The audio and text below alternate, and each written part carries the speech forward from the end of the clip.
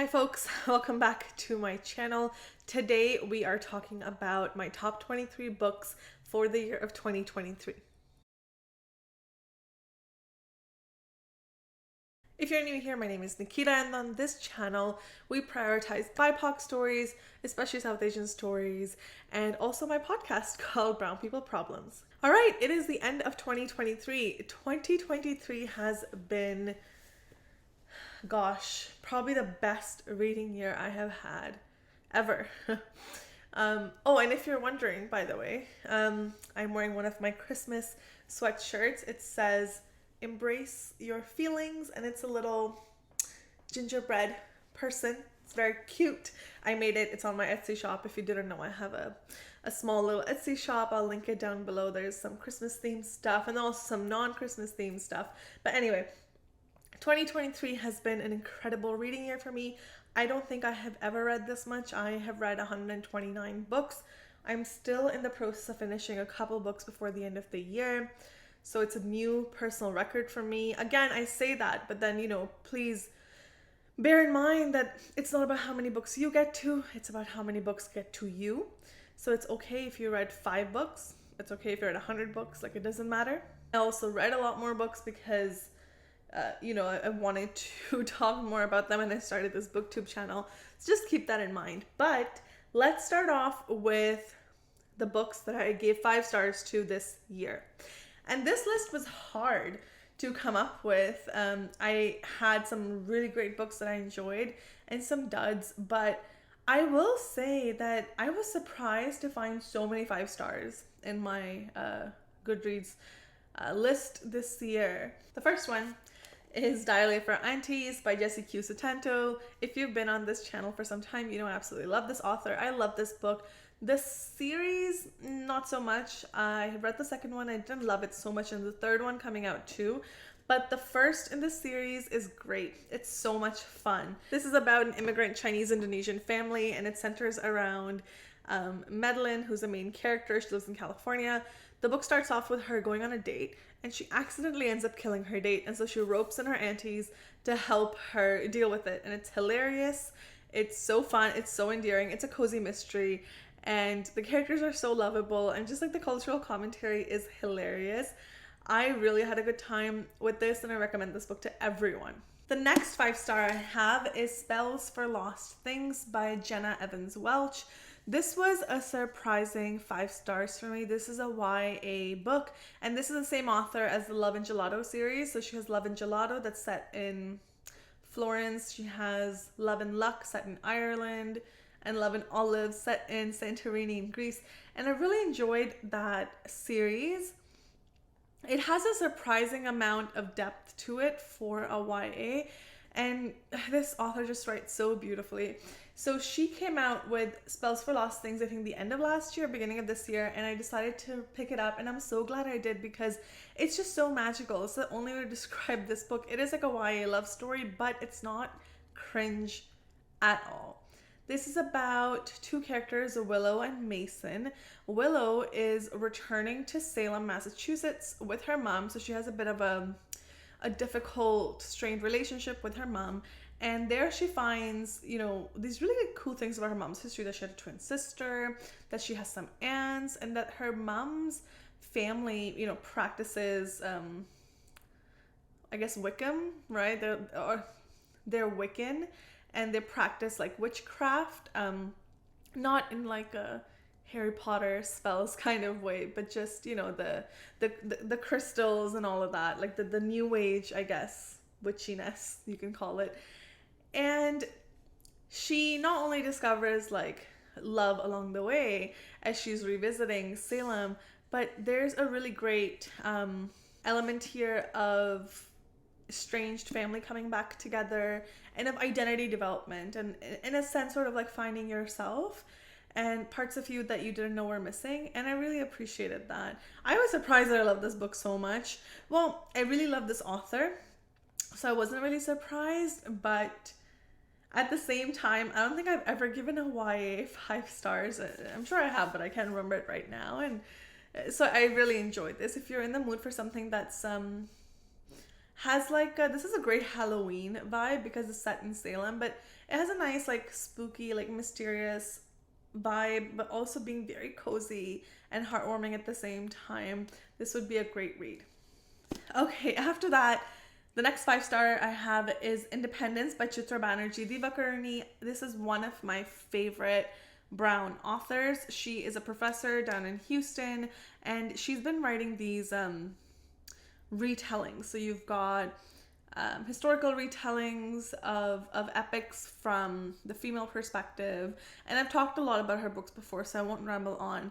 But this was her book that came out this year in January. I got it on my Kobo from my library the day it came out, and I read it in like 2 days, essentially in like one really long sitting. And it was so good. If you like historical fiction and coming of age, you would really like this. So this is about 3 sisters that are coming of age around and during the time of partition and India's independence, so 1947. So I believe the book starts off in like 1946 and goes on till 1949 or so. And it was so good. It takes place in West Bengal, so like the eastern part of India. And yes, it is called West Bengal, but it's in the east. And the partition in that state and what that looked like. And I was not so familiar with the history of that part of the subcontinent. And so this was a huge blind spot for me, and this book certainly filled that blind spot. But it was such a great story of 3 sisters coming to age essentially during like a war. And of course it has some like mature themes, like there's some violence and stuff in here for sure, but it was so good. Like I don't even know what else to say about it except the fact that it was incredible. Chitra Banerjee is an incredible writer. And I almost wish this book was thicker because you can see it's quite thin. Yeah, we have like less than 300 pages, and I wish it was longer, but I am so happy with this. If you're looking for a new historical fiction, I would really give this a chance. Up next, we have Such a Fun Age by Kylie Reed. Again, one of those books that I sat on for such a long time, and when I read it, I was like, oh my god, like I'm ridiculous. Why didn't I read this before? And it was great. This was a Reese Witherspoon book club. Technically, I gave this 4.5 stars on my Goodreads, and I'm trying to remember why I didn't just give it 5 stars, because this was really good. This follows 2 main characters. So you have a sort of like upper class white woman named Alex Chamberlain and her black female babysitter, Amira Tucker. And the book basically starts off with Amira while she's babysitting Alex's daughter in a public setting. There's some racial discrimination that she experiences, which really kind of unravels this whole narrative on how racism and racial prejudice is so insidious that even folks who seem to be doing everything right and they seem to be woke on the surface are actually, quite misguided, and they might be perpetuating a lot of racial prejudice. So it was so fast paced. I really enjoyed it. And there's certainly like a twist in here. There's a big reveal that was interesting as well. But yeah, this is like a domestic drama. It's a great domestic drama with a really important topic of racial biases and like subconscious prejudices. And I think everyone needs to read this book. Okay, the next 5-star book I have is The House Across the Lake by Riley Sager. This is the only thriller, really, I think maybe there's one more. But I gave this 5 stars. I'm trying to remember if it really was that life-changing that I gave it 5 stars. But you know what? We're going to stick to my original rating. And I really enjoyed this. This book is basically about this. I think she's a celebrity and she's experienced a huge loss. So she's grieving at her lake house. And then there's these new owners across the lake. They buy a cottage. And of course, it's a modern cottage with no curtains or anything. And so our main character is able to see everything that's going on.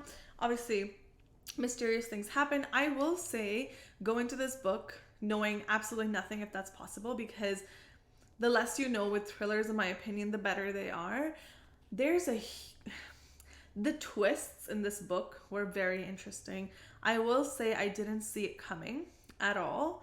And I read a lot of thrillers, and I can see almost any twist more or less coming now, unfortunately. It really ruins the process for me, but I really enjoyed this. A lot of people didn't love it because of the twist. It almost feels like it wasn't fair, or the author cheated in a way. If you have read this, you know what I'm talking about, hopefully. But I thought it was great. So if you're looking for a new thriller, I would certainly read this. It is very chunky. It's 350 pages, but it's a really fast read, and some pages are just like art, like this. So I wouldn't be deterred by the page count. The next book I gave 5 stars to was At Least You Have Your Health by Maddie Sinha. This was my first ever Maddie Sinha. This is an American Indian woman living in the States. She is a physician during the day and a lovely author by night. She writes this really great, I guess it's called like women's fiction. I have such a problem with that name, but this is such a great book. This basically follows a gynecologist. I believe she's on the West Coast, Maya Rao.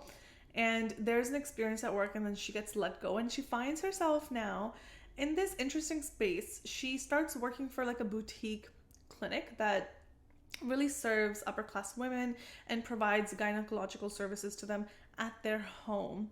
And this physician runs into, so there's like a mystery element here for sure, but outside of that, she runs into really this inner conflict within herself, where she's trained to be, like a medical professional, and the requests that are being made of her are very like new agey, and like crystals for giving birth and things like that just like don't align with Dr. Rao's learning as a woman. But she's as her learning as a physician, but she's a single mom of like 3 kids. So 3 kids, I believe. Yeah. So she's like, she needs the job. She needs the money. So it was interesting. I really enjoyed the personal...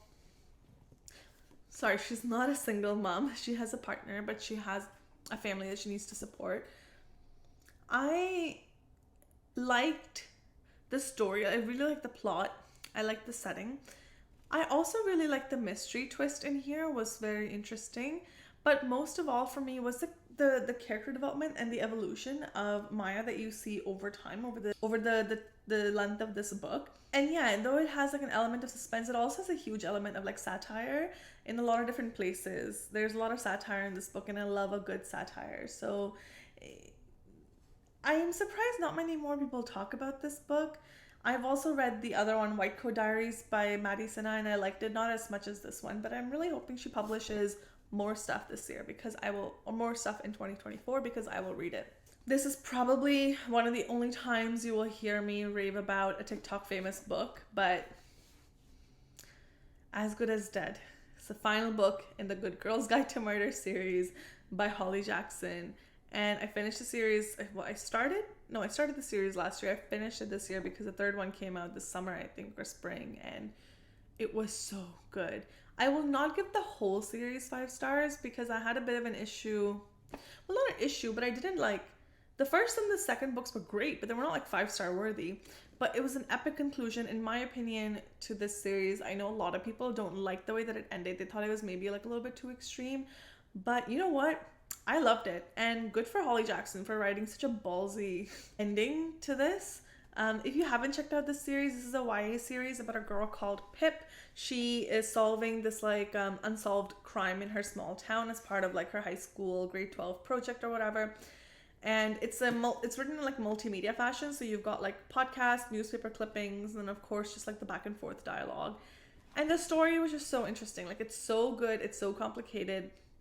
It's the first one, Good Girls Guide to Murder, is a little bit like teen angst a little bit, but if you can get past that, around the 50% mark, it becomes so good. I had a few friends that recommended this too, and they all had the same experience, where in the beginning they were just like, oh man, this feels like so much like teenage angst, but they stuck it out, they got through that hump, and they loved the series as well. So if you haven't checked it out, I would say this is worth the hype. The next 5-star book is Age of Vice by Deepthi Kapoor. This took me like 2 months to read because it's huge.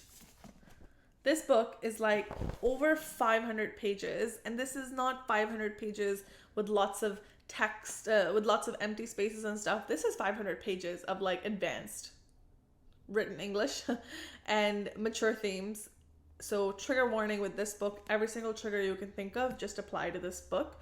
But it was so good. If you have the bandwidth for something heavy but so interesting, you would really enjoy this. I don't even know how to describe this book, honestly. This follows basically a family. It's set in New Delhi in the early 2000s. So New Delhi, India, early 2000s, so about 20 years ago. And the book takes place over a span of a few years, and it follows this really corrupt but rich family and a reporter. And there's a lot of like gang violence in here, and corruption and misogyny and so many different characters, but it was so good. Like, I would love to see this movie being turned into a film. I cannot believe this is a debut author. It's actually interesting. The author herself is a journalist who has worked for a long time in India, and now she lives in Portugal. And I have a personal theory that this author, a lot of what she's written here, she draws, if not all of it, she's drawn most of it from her personal experience and the cases that she's worked on, because this was just so detailed and so much depth to it, so nuanced. This was great. I recommend this book to almost everyone who I think would like this category. But this is the kind of book that I would describe as an epic. Like, this is an epic, and not in like a fantasy way. It is not fantasy, it's literary fiction, but it was just epic by all proportions. Yeah, it's a really good gangster story, basically. Read the blurb, check it out. Let me know if you end up picking it up, because no one is talking about this book. It was everywhere when it came out, but I don't think many people finished it. And I wish more people would be talking about it, because this author deserves like all the praise. Next is the book that really made me fall in love with the cozy mystery category, and that's Vera Wong's Unsolicited Advice for Murderers by Jessica Hughes Sutanto, same author as the first Diary for Aunties. And you've heard me talk about this enough, so I'm not going to go on and on about it, but I absolutely love this book. This is about a Chinese American woman living in Chinatown in San Francisco, and she's this elderly lady, and she runs a tea shop. One day she wakes up, she comes down, and she sees a dead man on the floor of her tea shop. And she's so witty, she's so quirky, she's so sassy. She decides to, take it upon herself to solve the murder, because she thinks the police are incapable. And you have a fun cast of characters, but really, like, Vera stole the show for me. She is so funny. Like, I wish I knew a Vera in real life. And this was the first book that I read that had a main female character, like from the geriatric kind of population. And that's the population of women that I think just gets ignored in media, ignored in fiction, in literature. I can maybe count on like one hand the books that I have read that involve older women characters, let alone be like the main characters. So maybe I just, this category doesn't come up for me. So perhaps this is a personal blind spot, but this was so enjoyable. And I think Jessica Hughes Sutanto is coming out with another sequel to this, and I will be the first one to pick it up, because this is probably like one of my most favorite books of this year. In addition to fiction, I also read some nonfiction, of course, throughout the year. I just don't talk about it on my channel because I'm not sure if folks have interest in that. But if you do, let me know and I'll be happy to share all of my nonfiction recommendations. But the next book that I gave 5 stars to was a nonfiction. It's called Why Has No One Told Me This Before by Dr. Julie Smith.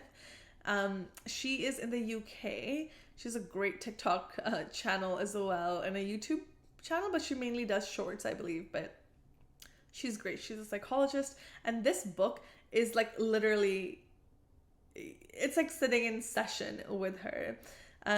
It covers a variety of topics, from emotions to grief to interpersonal problems, but it's not such a dense self-help book. Some self-help books are really just like dense and saturated, and there's so much jargon in them. This is not it. Her whole tone in her writing is very conversational, and it's essentially the general stuff a therapist would tell you if you went to therapy. And this book is such a good resource, because if you're having a day where you're like struggling, say with grief, open the book up, go to the grief chapter, and get yourself all those lovely reminders. So if you're looking for a good mental health self-help book that isn't so theoretically heavy or it's not so dense, I would check this one out. Okay, moving on. Next up, we have The Vanishing Half by Britt Bennett. I thought this book was phenomenal. Like, the concept was phenomenal and the book itself was great. I have another book by Britt Bennett. I think it's called The Mothers. I just haven't gotten to it. But this was so good. I had been seeing this everywhere, but I just never picked it up. But it is literary fiction. It's set in, I want to say, the 50s. Yeah, it's set in 1950s. It's about these two black sisters. They're twin sisters, except one of them, there's about two twin black sisters in the 50s, and it follows them through the course of their lives and their daughters. And though they're black, they're very, very light skinned. They have a lot of like Caucasian features and they can pass off as white. It's really interesting. One twin goes on to live her life as a white woman and one goes on to live her life as a black woman. And just the disparity that you see in their life simply because of their perceived race, incredible. Really puts into context, again, the prejudice and like the racial discrimination piece and how inherent it is in our society. And I thought this was like a great way to tell a story around it that was so engaging. So yeah, it's a historical fiction, literary fiction, a bit multi-generational. If you enjoy that narrative, you would really like this. I think this book is like one that I think everyone should read. Let me know if you've read it or if you end up reading it, what were your thoughts? After that, a new author and a surprising discovery. I gave 5 stars to The Lost Apothecary by Sarah Penner. I had never heard of this author before. I just randomly picked up this book and it was so good. It's a historical fiction set in the 18th century London, and it's about a woman who, you know, owns an apothecary and she sells poisons to be used against abusive and oppressive men in women's lives. Very interesting premise. There's a lot of like secrecy, mystery here. You know, main characters are female, really kind of gives you like a glimpse of like the female experience, especially at that time. Super interesting. There's dual timeline here. You also follow in now present day another character called Caroline, and she comes across these like London's unsolved apothecary murders that happened 200 years ago, and so she decides to solve them and find out the identity of this person. Very interesting, very cool, great premise. I would recommend this to everyone. Has like very spooky vibes. Oh, the next 5-star. I absolutely love this book. This is Yodora Honeysett, The Brilliant Life of Yodora Honeysett by Annie Lyons. It was so good. This book is, I sobbed through this book. It was great. This is literary fiction. Again, you've got an older female main character, Eudora, and a 10-year-old girl named Rose. It basically starts off with Eudora. You know, she's an older woman living alone, and she decides, you know what, she's done. She's done with life. She's lived a good life. Now she wants to die on her own terms. Until Rose and her family move in next door, and there forms an unlikely but amazing, heartwarming friendship between an octogenarian and a 10-year-old. And Rose really kind of teaches her how to live and appreciate life again. And it was so heartwarming. And there were times when I was like cackling out loud when I was reading this. And yeah, it was like a warm hug in a book. It was great. After that, I read and gave 5 stars to Jamila Green Ruins Everything by Zarqa Nawaz. I don't have my copy. I've lent it to a friend actually currently. But this was great. This is a satire, basically. It's about a Muslim American woman named Jamila Green, and she is basically in a dead-end job, and she wants to write a book, and she wants to be a famous published author. Any book that she writes doesn't do well. So, you know what? She decides to go back to religion and to go back to God because she wants to strike a deal with God that she's gonna, you know, be like a religious person if God makes her book one of like New York Times bestsellers. And there she meets like the new imam at the mosque, and there forms like a really funny, interesting relationship, friendship between those two. it turns out the mom tells her at the mosque that, okay, in order to like realign yourself with religion, like you need to do some good deeds, so some charity work. So she starts doing charity work, and she makes a friend who, you know, down the line gets recruited by a terrorist organization in the Middle East. And hilarious acronyms, like hilarious setting. Obviously, like it's a satire, right? So you have a really deeply political and a deeply mature theme here, but told in a comedic and satirical way.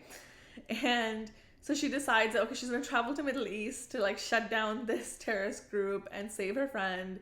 And it's just a whole bunch of things happen. It is absolutely hilarious. Draws a lot of funny but very truthful parallels between this fictional world of Jamila Green and our very real world, in terms of the US involvement in the Middle East and the terrorist groups there and things that have happened historically. So if you like satire, you would really like this, because there's like a lot of like mention of like the American like foreign policy and whatnot, and it's quite relevant, right, to today's time as well, at the time of filming.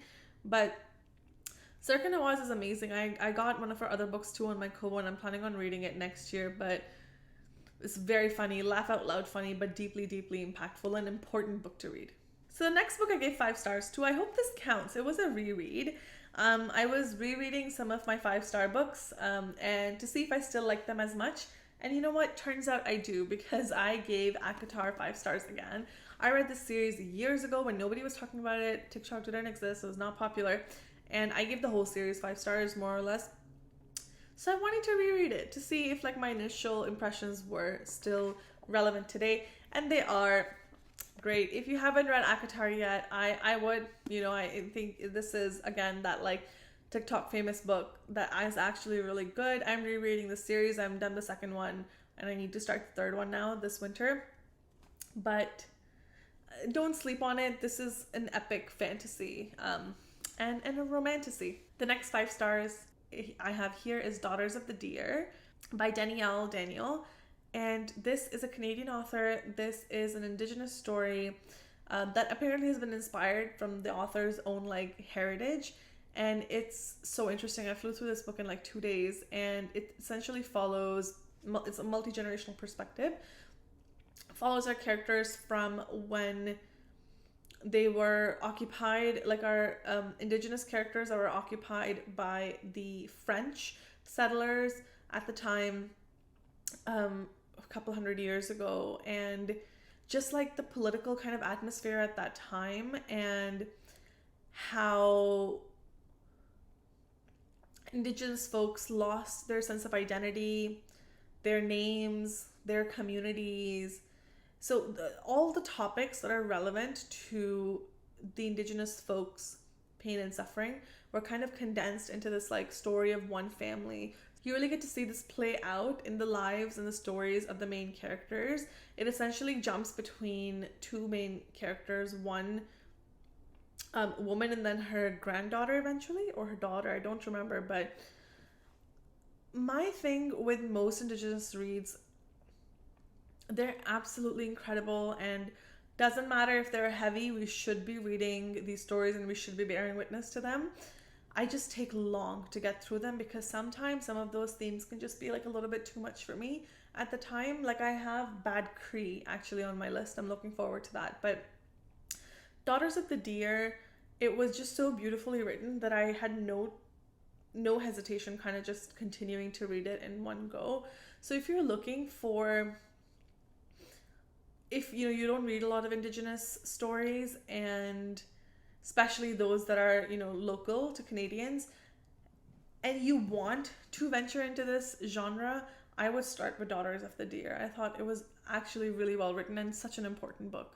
As I'm looking at the next book that I have in here, I realize this is another TikTok famous book. I guess I have more TikTok famous books than I realized, but the next book I gave 5 stars to is Tomorrow by Gabrielle Zevin. You know what? I'm not going to say much about this book, because you've probably heard me talk about this and you've heard everybody else on BookTube talk about it. It's worth it.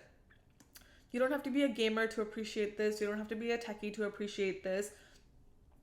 The reason why I stayed away from this book for so long was because in the back it talks about these two characters like building video games, and I was like, no, I don't care about that. But that is just a small part of the story, and honestly, like, whatever is described about video game creation and coding was so interesting. But this is a beautiful, gut-wrenching, heartwarming story about these two friends who are in love but never really together, and it follows them over the span of like their lives from 20s onwards, like few decades. And it's a great literary fiction, you know, and this is worth the hype. I sobbed in this book. Like, I was disturbed for a couple days, but this left me feeling so rejuvenated too at the same time, and like so full of just like love and appreciation. It is big, it's 400 pages, but you will fly through it. Gabrielle Zevin like writes really well. I started her other book, Young Jane Young, and I'm loving it. I'm already 30% through it, and I have like no idea how, because her way of writing is just beautiful. So if you've been on the fence about this one, I would say just read it. You will not regret it. The next book I gave 5 stars to was We've Always Been Here, a queer Muslim memoir by Samra Habib. This is about a Muslim Canadian woman. It is a memoir, so it's a true story of her life. It follows her from when she was in Pakistan. She grew up, she moved to Canada, spent, you know, a good chunk of her life here, all while being, you know, figuring out her Muslim and her queer identity. And again, like, you know, I don't like rating memoirs because that's kind of like rating somebody's story, but so I'm not rating her story as being 5 stars. I'm just, her way of writing and her way of sharing her story was so impactful. If you haven't checked it out, I would add this. If you're gonna read like one memoir, I think from this, if you're gonna read one memoir next year, I would do this one, especially if you identify as BIPOC, because this was so impactful. This was so powerful. Again, as you can imagine, it has some mature themes. So just practice some, you know, self-care as you're reading this. All right, we are almost through. The next 5 stars was The Bandit Queens by Parini Shroff. This was a debut. It was incredible. And people that I've recommended it to actually really enjoyed it as well. Parini Shroff is she's a lawyer somewhere in the States. She's an attorney currently in the Bay Area. So she's an Indian American woman. And I can't believe this was like... Anyway, this book is great. This is basically set in like rural India. I believe it's Gujarat. And it follows this woman, Nikita, whose husband basically just like disappeared a few years ago. And people think that she killed him. And so she's kind of like labeled as this witch in the village, but it actually earns her a lot of freedom. Nobody's bothering her. No one's trying to get with her. So surprisingly, it gives her a lot of freedom until other women from the village start coming to her asking for help in getting rid of their husbands. So again, satirical, mature themes, but very funny, very satirical. And a very interesting but funny cast of characters. Huge focus on female friendships here. And women taking charge and women taking control. It was a little cheeky in certain parts as well, but I thought this was great. There are some words in like Gujarati in here, but it's nothing that you can't Google just to translate to get like an essence for what they're trying to say, and you know, the significance of that term that they're using in the plot at that time. But I thought this was fun. Actually, I want to see what this author is going to do next, because this is such a unique story, a very interesting setting as well. This, you knew this was coming. This is 5 stars. Yellow Face by R.F. Kuang. Again, you've seen a lot of people talk about this on YouTube, so I'm not going to tell you what it's about. I'm sure you already know by now. Brilliant satire. Probably one of the best books I've ever read. If you haven't read it yet, please read it. After that, I gave 5 stars to The Midnight Library by Matt Haig. I have read How to Stop Time by Matt Haig, and I thought it was good, but it was okay. But this was just great. This was amazing. It's such a cool premise. I even annotated it. I read it in like less than a day because it's a very, very quick read, and there's quite a bit of white spaces in here. But again, this is another book that's everywhere. If you haven't read it, I would certainly make time for it. But essentially the premise is that between life and death, there's a library. Okay, so follows a main character. She dies, and before her life before she dies, technically, she ends up in this like in between space, which is a library. Different books represent different moments of your life, and you can kind of pick a book and relive that moment and do things differently if you wanted to. That's the premise, and that's what she ends up doing. And it was very powerful to see her try to relive different mistakes and try to do things differently, and how those things work out. It was very, very powerful. And Matt Haig writes like a lot of these books that don't belong in just a specific category, right? So this is literary fiction, but it could also be like science fiction, it could also be fantasy. Not that there's too much on here around metaphysics and fifth dimension and all of that. There's some mentions of it, but not in like a sciencey way. It's just a concept that exists. So he really blurs the lines between genres, and I really like that. Huge trigger warning with this one though. Suicide is a really, really big trigger warning. Not like nothing descriptive like 13 Reasons Why, but it's just a mention that keeps coming up again and again and again. So I would just be cognizant of that. But if you can withstand that, if you have the bandwidth for that, this was a really, really great book. And my second last 5-star book of the year was The Last Word by Taylor Adams. This was a horror. I gave it 5 stars. Man, this was like a slasher movie, but in a book. It was so good. I also scare easily, so you know what? Maybe you've read it and you're gonna think, Nikita, this was not scary. That's totally fine. You're entitled to your own opinion. For me, this was incredible. This is about a young woman living in a secluded cottage. She's house sitting for someone, and she's like, reeling from something. So she decides to just escape into books, like we all have done from time to time. And she reads this like one mystery book, or I think it was like a horror, and she hated it so much that she left it like a really, really, really bad review. And then things start to happen to her. So that's all I'm gonna say. I thought this was really great.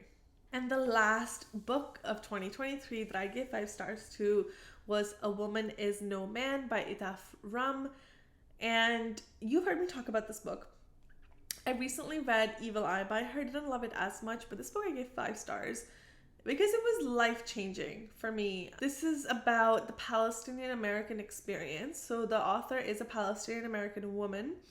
And so the books that she writes are also set in that world and in that sort of like reality. And we follow a Palestinian woman.